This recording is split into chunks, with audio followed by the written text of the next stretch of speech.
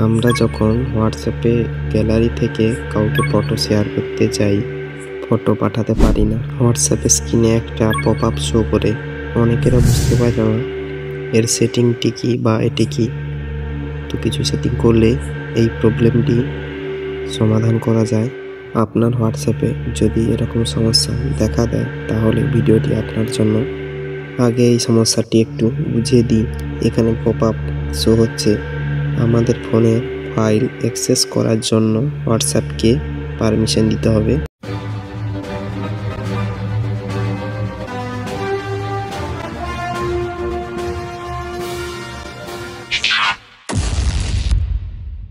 Hello বন্ধুরা, আমি শরৎ। তো আজকের ভিডিও চলুন শুরু করি। আমার এখানে সেটিং অপশানটি দেখাচ্ছে, কারোর না দেখাতেও পারে। যদি না দেখায় তাহলে এক কাজ করবেন, বাইরে গিয়ে হোয়াটসঅ্যাপ অ্যাপে হোল্ড করে রাখবেন।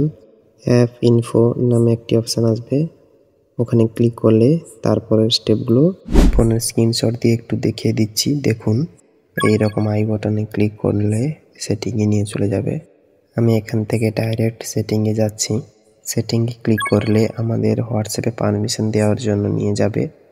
এখানে আমাদের খুঁজে নিতে হবে পারমিশন কোথায় অপশানটি শো করছে। পারমিশন অপশানটি দেখতে পেলে পারমিশন অপশানটিতে ক্লিক করুন।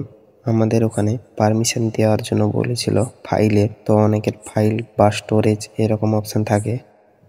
আমার এখানে দেখাচ্ছে ফটো অ্যান্ড ভিডিও, এই অপশানটি আমাদের অ্যালাউ করতে হবে।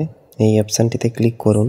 ক্লিক করলে আমাদের তিনটা অপশান দেখাবে, always allow all, ask every time, don't allow. আমাদের যেটা করা আছে ডোন্ট অ্যালাউ, তো আমাদের করতে হবে উপরে অপশানটিতে অলওয়েজ অ্যালাউ অল করে দিলে আমাদের সেটিংটি পুরোপুরিভাবে কমপ্লিট হয়ে যাবে। এবার সেটিং থেকে ব্যাক এসে হোয়াটসঅ্যাপে গিয়ে দেখিয়ে দিচ্ছি ফটো পাঠানোর যে প্রবলেমটি ছিল সলভ হয়েছে কি না। এখানে গ্যালারিতে গিয়ে আমি ফটো কিছু সিলেক্ট করলাম, করে শেয়ারের জন্য হোয়াটসঅ্যাপে গেলাম।